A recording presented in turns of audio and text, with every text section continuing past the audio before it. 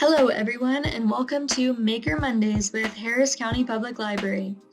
This week we'll be creating our very own logo using the design software Inkscape. You can find written instructions and more for this activity at hcpl.net. Inkscape is a free vector design software that is available to download online. It's similar to programs like Adobe Illustrator that allow you to create text and shapes that are fully editable and can be used to make things like logos, artwork, and other professional graphics. When you first open the program, all the tools and options look pretty intimidating, but today we'll be covering some basic skills to help you on your learning journey. First things first, when we open up Inkscape, we'll see our work area. So this is just a standard 8.5 by 11 size. We can see our toolbars on the right and left, and swatches on the bottom. First thing we can do is kind of zoom in a little bit. And what we want to do first is, of course, write our logo. We're making a fictional business today called Bob's Boxing Gym. So first thing we're going to do is click on our text icon over here, and we'll drag a text box. We'll write our name inside. So we can highlight our text, and at the top you'll see a pretty standard text bar like you'd see in Microsoft Word. We can change our font. Let's find a good one, maybe Franklin Gothic, and then we can also align it in the center as well. So that is all we need to do to get our text in there. You can edit it just like you would in a Word document. Now we'll hit our select tool, and once we click on our text again, you can see we can move it around our artboard, as well as use these little points to scale our artwork. But you'll notice when I drag it up and down like that, it really kind of warps the text. So I'm going to hit Control-Z to undo all of those changes. And now if I click on an icon and I hold Control while dragging, it will scale it proportionately. So that looks a bit better than if we were to drag it out. Next thing I want is to create an oval that's going to go around our logo. To do that, I will use one of our shapes tool on the side. We can see our circle tool here. So we'll click on that, and we'll just drag it over our logo, kind of like roughly the size where the text will fit inside. As you can see though, our circle is solid black. To fix that, we can go to our fill and stroke over here. So if we click on our fill, it will actually open up a window on the side here. So you can see right now our fill is a solid color. This is selected. You can see other options like a linear gradient or a radial gradient, but what we're actually going to do is no fill at all for now. And we're going to just do a stroke. So one tab over is the stroke. So we'll do a solid stroke, and I'm going to color it red. Now to edit your stroke size, we can go one tab over to stroke style. You can see you can change our width here. You can also change your units. Normally you'll see stroke in point sizes. So here we've got 3 points. We'll round it up to 4, and maybe 5. And now our oval is ready to go.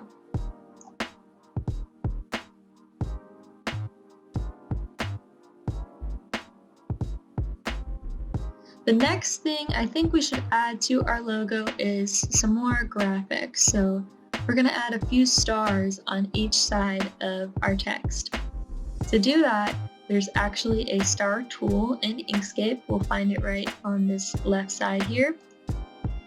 Once you click it, you want to make sure that the star object is selected on top. This tool can make both stars and polygons. So we just want a star for now, so we'll drag it. And as you can see, it's It's a pretty standard star, but you can also adjust the corners here, adjust that inner ratio there, but we'll just keep it on the default pretty average looking star. So we'll create one within our circle, and we'll click back on our select tool to move it around. We can delete this one. And I want the inside to be red actually, not the outside. So we'll change that to red, and we'll get rid of our stroke. The same way that we did our oval colors. Now, to get an exact replica of this star on the other side, what you can do is right click on it, and there's a duplicate option near the top here. So you'll click that, and it won't look as though anything has happened, but when you move the star to the side, you'll see that there's actually another one on top of it. We're going to duplicate it one more time because we're going to add a tinier star right here. So we'll duplicate it, drag it off to the side here, and we'll hold Control like we did earlier to scale it proportionately. So it's just a little bit tinier. You can also use your arrow keys to kind of move it around. Now I'm going to duplicate this star and drag it to the other side. Now if you hold Control while dragging, it will stay exactly in line with the star you just made. So this is a pretty good foundation for our logo. What I want to do next is align everything and make sure it's perfectly symmetrical. So how I can do that is, first I'm going to hold down the Shift key while dragging a box around all of our objects. You can see that they are all now selected. What we're going to do next is go to our Object drop-down menu, and near the bottom you'll see the Align and Distribute option. That will give us this pop-out menu here. And you can see all the different align options that we have, all the different distribution options we have. What we're going to do first to start out is just this center on horizontal axis. You can see everything shifted just a little, so they're now completely centered down the middle here. What I want to do next is make sure all of these objects inside the oval are distributed evenly. You can see here that some are closer than others. So I'm going to deselect my oval by holding Shift and clicking it. And then I'm going to go to the distribute options. You can see we've got distribute left edges, distribute centers, distribute right edges. We're going to do this make horizontal gaps equal. You can see everything shifted, and now the spaces between these objects are equal. Now I want to recenter this vertically and horizontally in our oval. So I'll hold Shift and select our oval again. But if I center it vertically right now, this is what's going to happen. And we don't want that. So we'll hit Control Z. We're going to actually hold Shift and deselect our oval again. Now with all of our center objects selected, we're going to right click, and near the bottom here, there's a group option. So this means we can move all of these objects together now. So even if we put it over here, then we'll hold Shift, reselect our oval, and now we can vertically and horizontally center our objects. Now that everything's perfectly symmetrical, I've kind of decided I want to change this font color. So I want to make my text a navy color. So I will right click again, and we're going to ungroup the object we just did. We're going to select our text and use one of these swatches at the bottom. I'll use this navy color.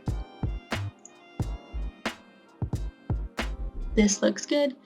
And I think I'll also make this background of our oval a light gray. So if I go down here and change the fill color to a light gray, you can see that all of our other work has been covered up by our oval. To send the oval to the back of our artwork, we can go to these icons at the top here. You can see lower selection to the bottom, bring it to the top, or just do it up a little bit, down a little bit. So we're gonna go lower the selection to the bottom. And you can see now that our text and our stars are on top of it again. Make it a little lighter gray, actually. But now our logo is complete. What we want to do next is save our file, of course. So we'll go to File, Save As, and you can save it wherever you'd like on your computer. And we'll save it as Bob's logo. You can see that the file type is an Inkscape SVG.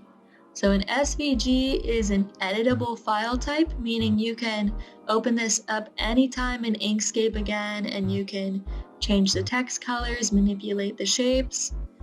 So it'll be always editable in an SVG format. So we'll go ahead and save that. But let's say you want to print your logo on a t-shirt. They might ask you for an image file. And so how we can do that is we'll go back up to File, and you'll see the Export PNG Image option. So we'll select that. We see another window opening up here. And you can see there's a lot of options in here, but we're really only worried about a couple of them.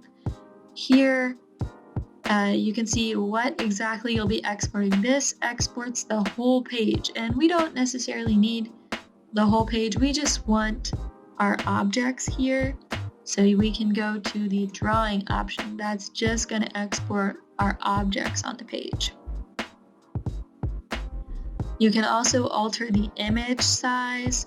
Right now it's at 300 dpi. That's pretty standard for a high quality image, which is definitely what you want a logo to be. So it's 1686 pixels by 848 pixels. So that's plenty big.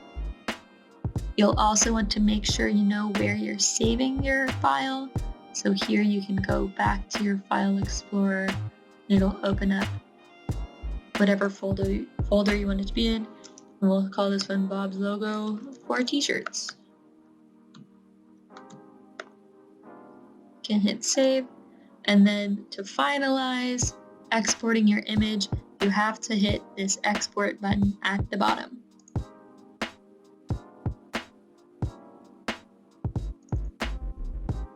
So now when we open up our folder, you can see that our SVG file is there, stands for Scalable Vector Graphics, and our PNG is here. So we can open that up in our photo editor and use it for whatever you'd like. And that is how you can create your own logo in Inkscape. Now there's plenty of more things you can do with this software, so make sure you continue to play around with it, explore all the different tool options, and let us know how your creations turn out by posting to our Facebook page or tagging us on Instagram with the hashtag HCPLMadeIt. And remember to join us every Monday for more maker crafts, activities, and tutorials.